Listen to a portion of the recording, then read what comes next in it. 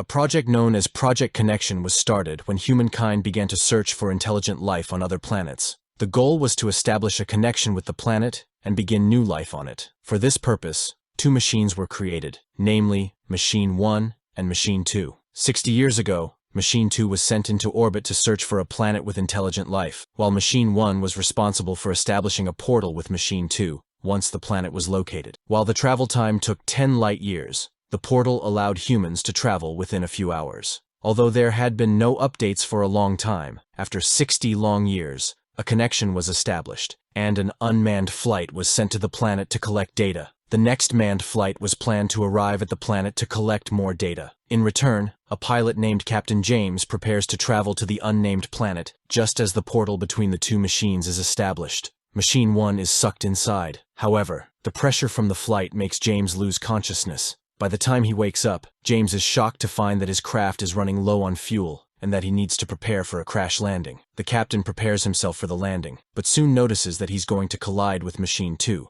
and needs to eject as soon as possible. He manages to eject just in time, and lands safely on the planet. James finds himself in the middle of nowhere, and to make matters worse, he's running out of oxygen as well. Before he can panic, he realizes that the atmosphere is breathable. He carefully takes his helmet off, and takes a breath of relief as he confirms that he can breathe without a problem. Captain James has landed on a mysterious planet, but is he alone? Subscribe to Fantasy Recap to unravel the secrets of this strange new world. Soon, he notices smoke in the distance and walks towards it. He finds that Machine 1 is completely destroyed, and he has no way off the planet unless a rescue mission is sent after him. James manages to salvage a bag filled with food, but knows that this will only keep him alive temporarily. He then sends a distress message back home asking for help and informing them that there is no sign of intelligent life on the planet. A problem on arrival, and I have crash landed on the planet. It's barren, and there's no sign of intelligent life. While waiting for a message from home, he realizes he spoke too soon as he hears a vehicle moving in the distance. He immediately gets up to explore, but to his disappointment, he finds nothing. Tired from the long day of exploring, James goes back to the crash site where he finds that he does not have any drinking water left. Frustrated, he decides to spend the night there. That night, he stares at Machine 2, which he can see from the planet. With no way of returning to it at this point, James begins to worry about the lack of transmissions from Control, knowing that they should have gotten back to him by the time it's morning. There have been no messages, so James sends another transmission, documenting every move he makes. He informs Control that he's going to look for a source of water. I have lost my water supply, so today I have to find another source. He then spends yet another day exploring, but this time he finds a stream. Before he can drink from it, James tests the water to see if it's safe. He discovers that the water is not only clean,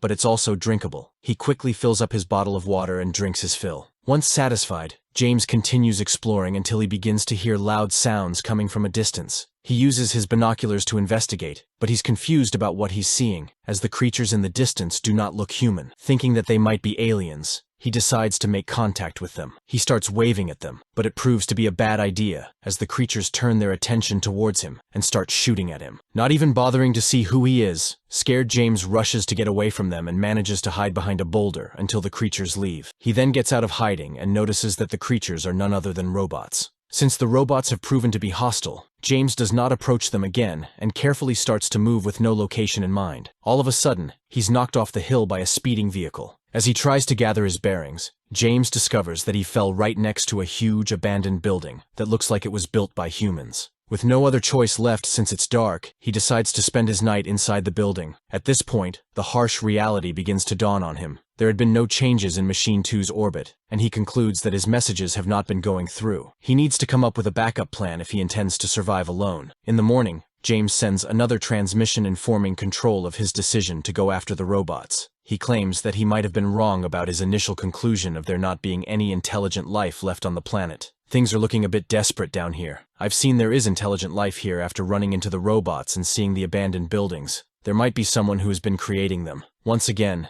James takes his bag of food and makes his way toward civilization. He keeps walking for hours in the sweltering heat until he can no longer move. Wanting to avoid eating to ration his food, James decides to lie down for a while to rest. He manages to fall asleep but is soon woken up by the sound of gunshots in the distance. He quickly gets up and finds that several robotic animals are fighting amongst themselves. Trying to avoid getting caught in their crossfire, James runs towards the woods nearby. Just when he thinks he's managed to get away, one robot spots him and starts firing bullets at him. James hides behind trees and avoids getting shot until he twists his ankle and falls down, injuring his hand in the process. This gives the robots a chance to surround him. Knowing that he needs to do something to save himself, James grabs a stick from the ground and uses it to knock one of the robot's sensors. As expected, the robot becomes confused and starts going around in circles. Are the robots the only survivors on this strange planet, or is there something more sinister at play? Meanwhile, James hides again and wraps his wounded arm in a bandage. Sometime later, he falls asleep, tired from the adrenaline rush he had just experienced. The next time that James wakes up, he notices a robotic dog watching him silently. He quickly grabs the stick to defend himself, but finds the dog is not dangerous, and is merely following the robot's scents that James had brought with him. With a dog in tow, James walks out of the forest and looks for the bag that had gotten lost during his attempt to escape the shootout. Once he finds his bag, he makes his way towards the civilization again.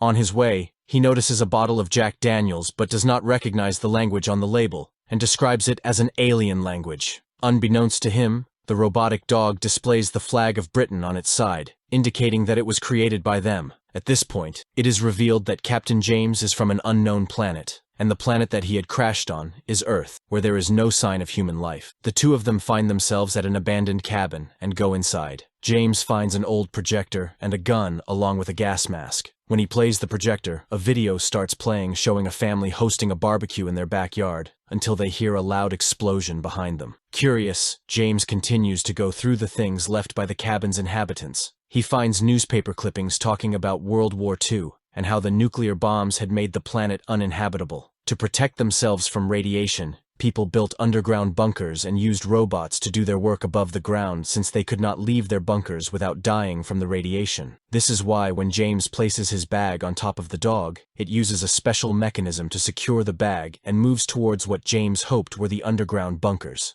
The dog stops in front of a row of abandoned buildings and drops a can to the ground. Confused, James watches as the can up and creates a smoke screen. All of a sudden, fighter drones fly above him and start relentlessly shooting. James grabs the dog and runs to avoid getting hit. Finally, they arrive at a structure that leads towards the underground bunkers. James finds the door leading into the bunker and opens it. A cloud of dust and gas emerges, causing him to vomit. He then puts on the gas mask he had found in the cabin earlier and walks inside the structure. He discovers a dark tunnel and carefully makes his way inside with his gun aimed and loaded in case someone attacks him. Not long after that, he hears a robot walking in his direction. James starts shooting at the robot, but the bullets don't affect it, and it continues to move towards him. He starts running in the opposite direction, and arrives at a door that he finds to be locked. In his panic, James prepares to die, but when the robot moves past him, he realizes that the robot is merely working in the way it was designed. The robot opens the door and walks into the room, with James following him. The pilot is shocked to see several corpses strewn across the room.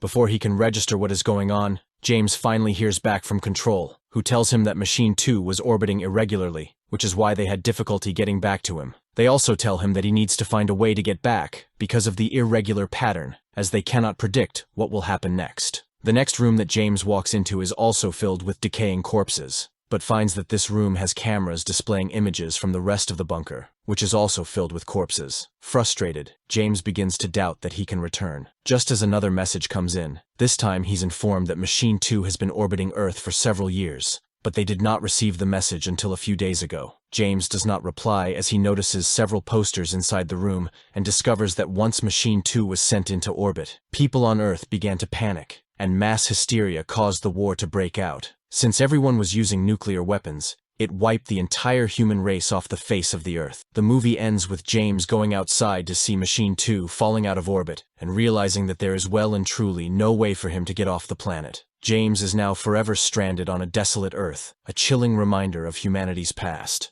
Don't miss out on more mind-bending sci-fi stories. Subscribe the Fantasy Recap now.